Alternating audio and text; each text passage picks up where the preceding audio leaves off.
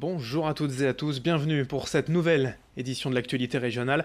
Et on va parler du train, du service public avec notre invité Xavier Wattebled. Bonjour. Bonjour. Vous êtes président de la commission économique du CE Cheminot Nord-Pas-de-Calais, élu en outre du syndicat CGT. Dans 2 jours à Lille au Nouveau Siècle, il y a la convention TER Hauts-de-France 2019. Ce colloque, en fait, évoque justement la négociation qu'il y a en ce moment entre la SNCF dans les Hauts-de-France et le Conseil régional des Hauts-de-France. Une négociation qui se fait régulièrement pour savoir quel cadre donner au train.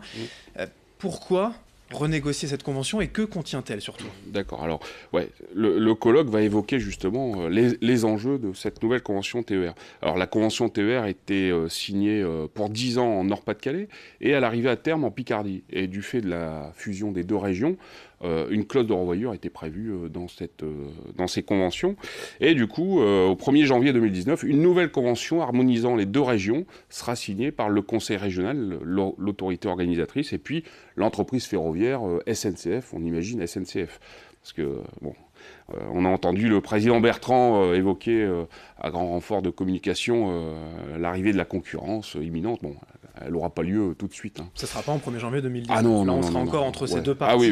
La oui. région qui paye, puisque Oui. c'est le cas, et C'est la ça. SNCF, donc, voilà, qui met les trains sur les lignes. Cette convention, elle cadre tout, les horaires, les prix, le nombre de trains, c'est vraiment... Ouais, c'est un paquet, et dedans, on y met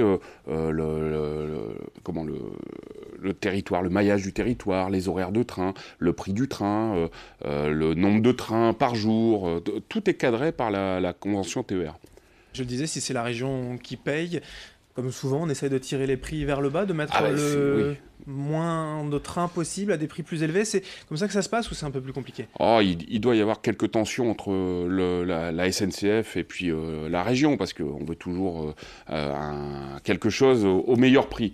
Après, le prix du transport ferroviaire n'est pas non plus négociable à foison, parce que il y a quand même, en termes de sécurité, il y a quand même des éléments invariables.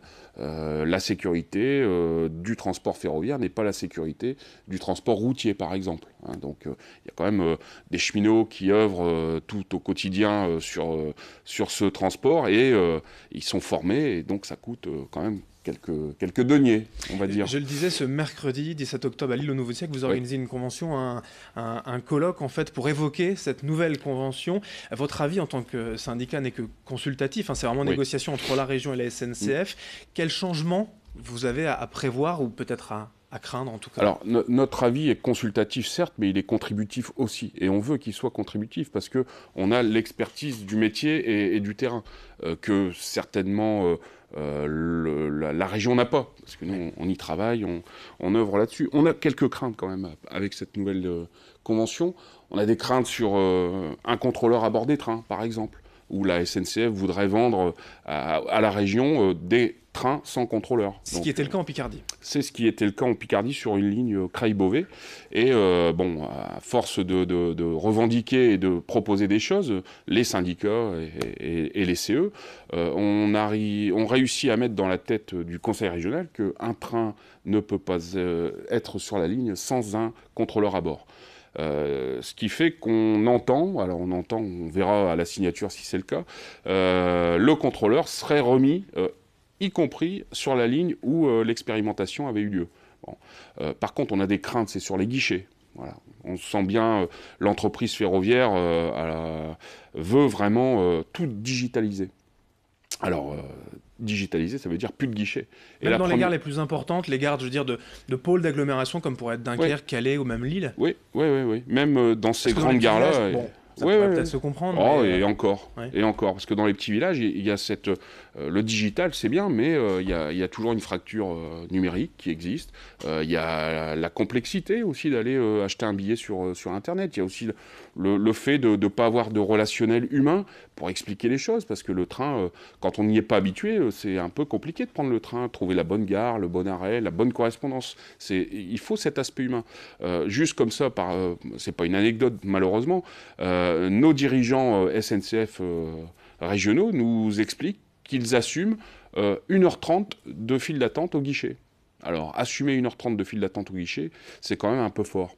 Les changements également que vous pouvez craindre, vous, syndicat, c'est aussi moins Ouais. de trains, des fermetures de lignes, voire Ouais. des fermetures Ouais. de gares, d'arrêts sur certaines lignes. Ouais. Alors la région se dit engagée à ne pas fermer de lignes et de gares, sauf qu'on a quand même quelques gares en tête, juste comme ça, l'Étoile de Saint-Paul, qui est en fermeture, et on a mis une substitution routière, par exemple. Elle serait réouverte dans 2 ou 3 ans. On a des grandes craintes quant à la réouverture complète. Il y a d'autres lignes comme Ascorchy, comme Comines-la-Madeleine, Lourches-Valenciennes. Toutes ces lignes dites petites, issues du rapport Spinetta avant les grands conflits SNCF, ont été dévolues au conseil régional. Initialement, c'est l'État qui finançait le territoire. Là, c'est la ligne entière qui est menacée? Et la ligne entière est menacée, ouais, parce qu'ils estiment qu'elle n'est pas assez rentable. Voilà, on parle de rentabilité. Alors, nous, on estime que le transport ferroviaire doit être aussi l'épine dorsale de l'aménagement du territoire. Quand on veut se déplacer, quand on veut aller bosser, il faut avoir un train à proximité et pas juste sur la métropole lilloise, par exemple. Il y a toutes les petites villes, la Madeleine, les petits villages. Moi, j'habite sur la côte, la petite gare de Caffier, la petite gare des Fontinettes. Voilà, vous voyez, c'est tous des gares qui ont leur pertinence. Et quand on voit le transport routier, ou le trafic routier plus exactement, lorsqu'on veut venir à Lille, par exemple, et on vient de la côte et on veut venir à Lille, on arrive dans des bouchons à partir de Nieppe, il me semble, même un peu au-dessus, pardon. Et là, c'est incompréhensible qu'on mise pas tout sur le ferroviaire. Pour finir, cette convention, elle est ouverte à tous, hein, donc c'est ce vendredi, c'est ce mercredi 17 octobre, pardon, ce mercredi dans 2 jours, donc à Lille au Nouveau Siècle. Un colloque pour évoquer cette convention, tous les usagers peuvent venir pour se renseigner? Ah oui, et on invite vraiment tous les usagers à y venir. Bon, on a déjà 150 participants à ce colloque, on peut augmenter la jauge, et on attend avec impatience de voir l'usager venir poser sa question à Franck Dersin, parce qu'il sera présent, ou à un syndicaliste, ou à quelqu'un d'une association comme l'AFNOT.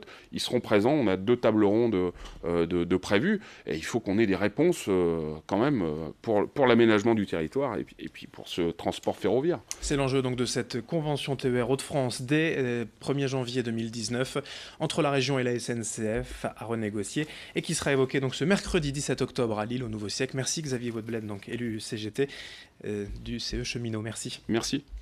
Et merci à vous de nous avoir suivis. Dans un instant, l'information continue.